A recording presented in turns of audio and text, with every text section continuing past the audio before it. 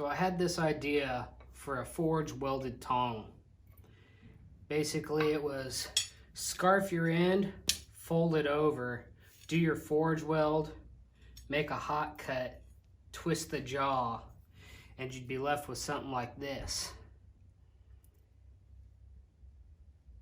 But no matter how many times I tried this, no matter how many times I forge welded it, how clean I got it, how hot I got it, whenever I punched it, it would fail. And whenever I drilled them and riveted them together, if it didn't fail in the riveting process, it would fail when I tried to form it to a piece of stock.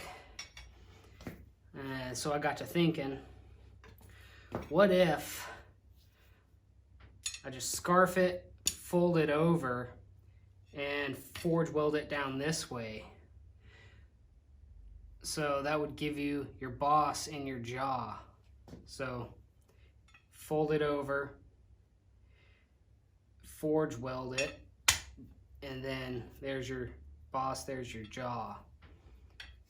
So instead of the weak point being right along the most stressed axis, it would be in the least stressed axis. So hopefully that one doesn't fail. I'm gonna put it on this side of the bar and see how it works. Okay, so this one's got a hot cut, so we're just gonna clean that up a little bit and then form our scarf. We want a relatively short scarf.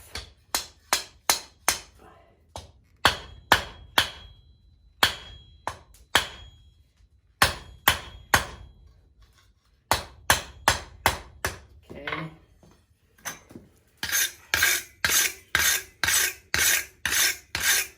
Scarf is formed, so we'll clean our material, add some flux.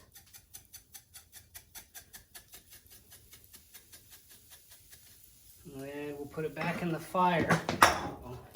Put it back in the fire and fold it over.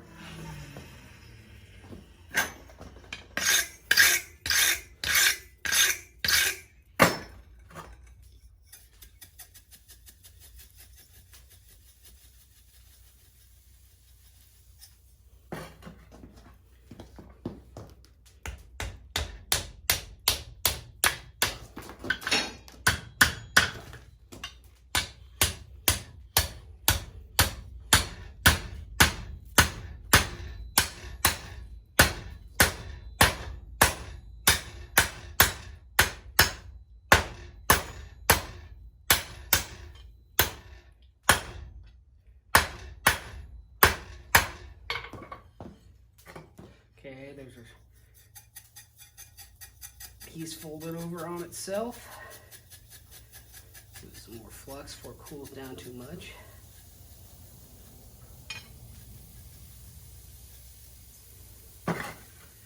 Like I said, we're gonna bring it out.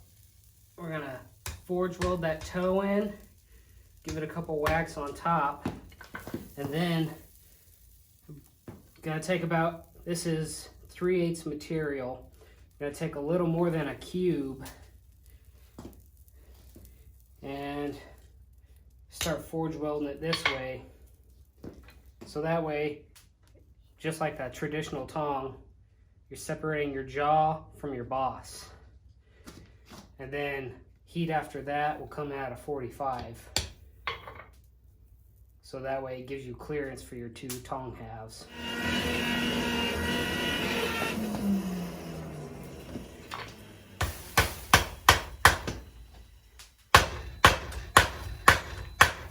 Okay, I'm past forge welding heat now. A piece of brushing.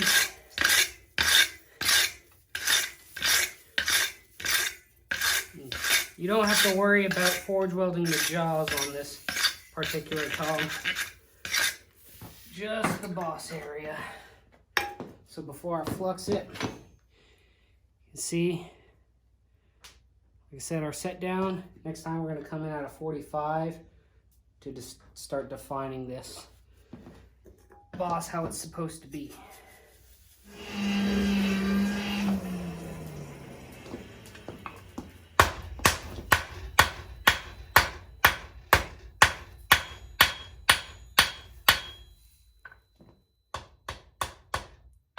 Okay.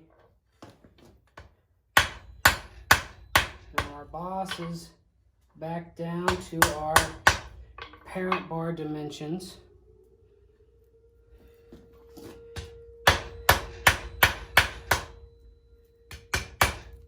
So now we are going to, it didn't spread out as much as I thought and hoped it would, so we're going to punch it. Okay, we are at a forge welding heat.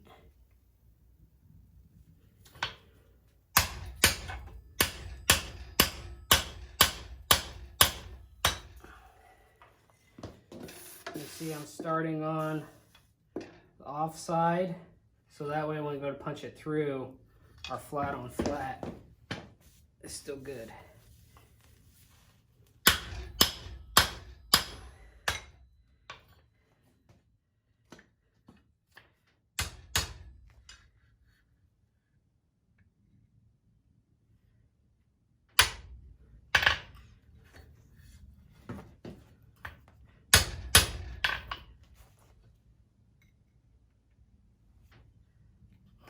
I believe that's it right there. Yep.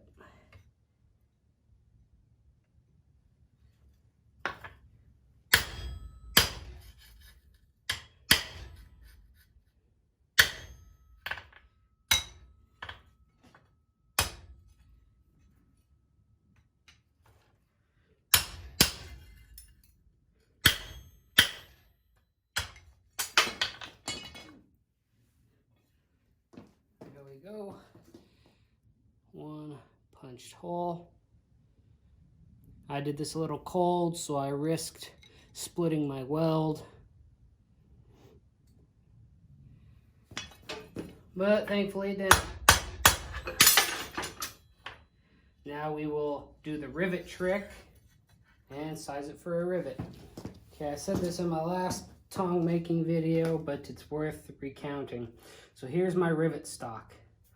I have drawn a sharp taper on this end. So that means when I drive this through, and you ain't got to drive it all the way through, just up onto the main body, this tong is sized exactly for this rivet. And since I'm hammering on this end, it's going to mushroom out a bit. So when I cut my rivet off this end, I can place it in the tong, place it in the fire without worry of the rivet falling through the tongs because of that slightly mushroomed out end.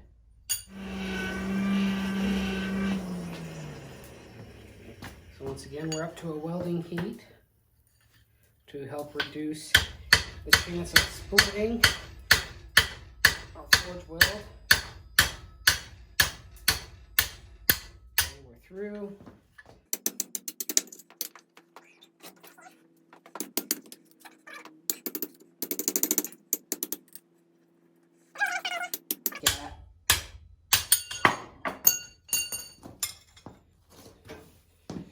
There we go. Now, you see it's bent. I'm going to take this back up to a forge welding heat and then straighten it back out so I don't split that weld.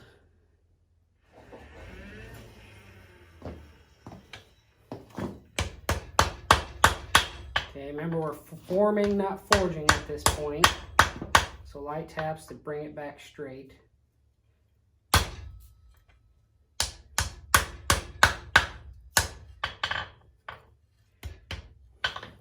And there we have it. One forge welded jaw and boss tongue half.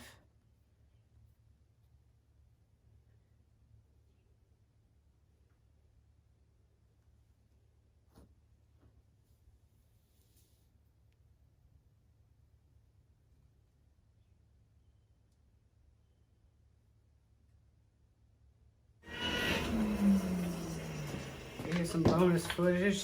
Let's see if we can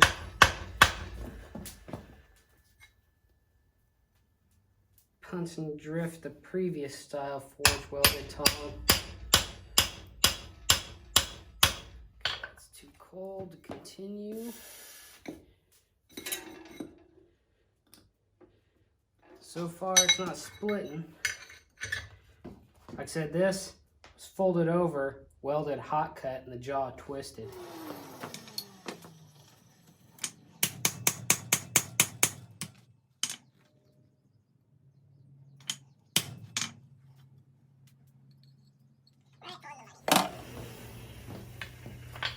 Take advantage of that.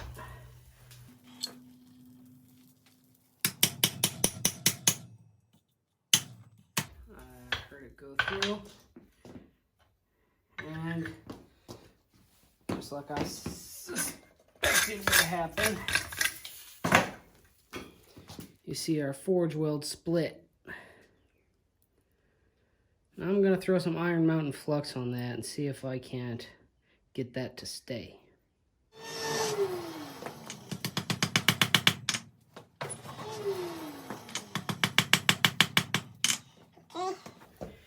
Still at a very high, almost forge welding heat.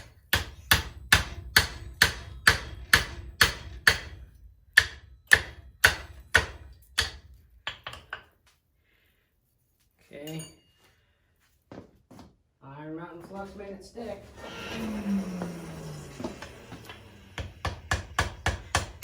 So it welded in the front, started delaminating in the back.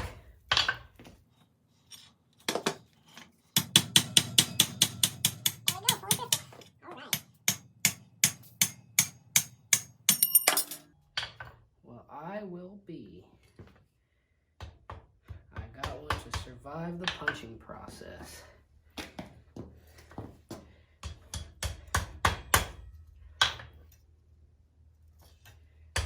Well, we've got two halves. Let's split it and make a set of tongs.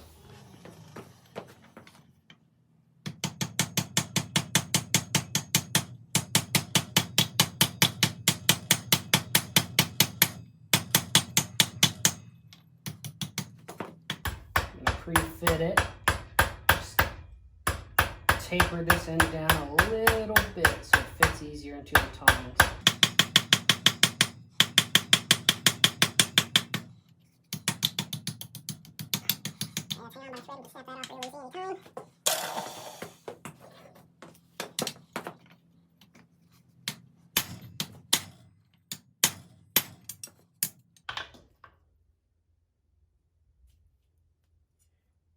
There we go.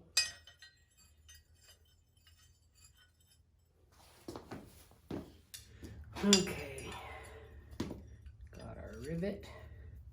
Right there. Actually, let's put our rivet through the other set. Just to reduce the chance of cracking.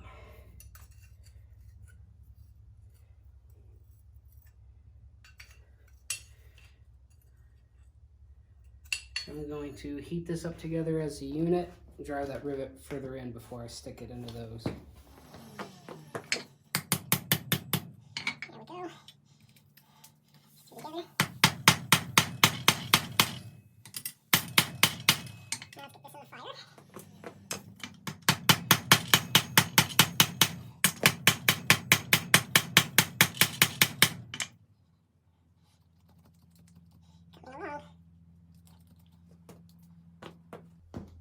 I will finish riveting these and then come to you when I'm done. Okay, so here they are. And as I thought was going to happen, that first style did end up splitting during riveting.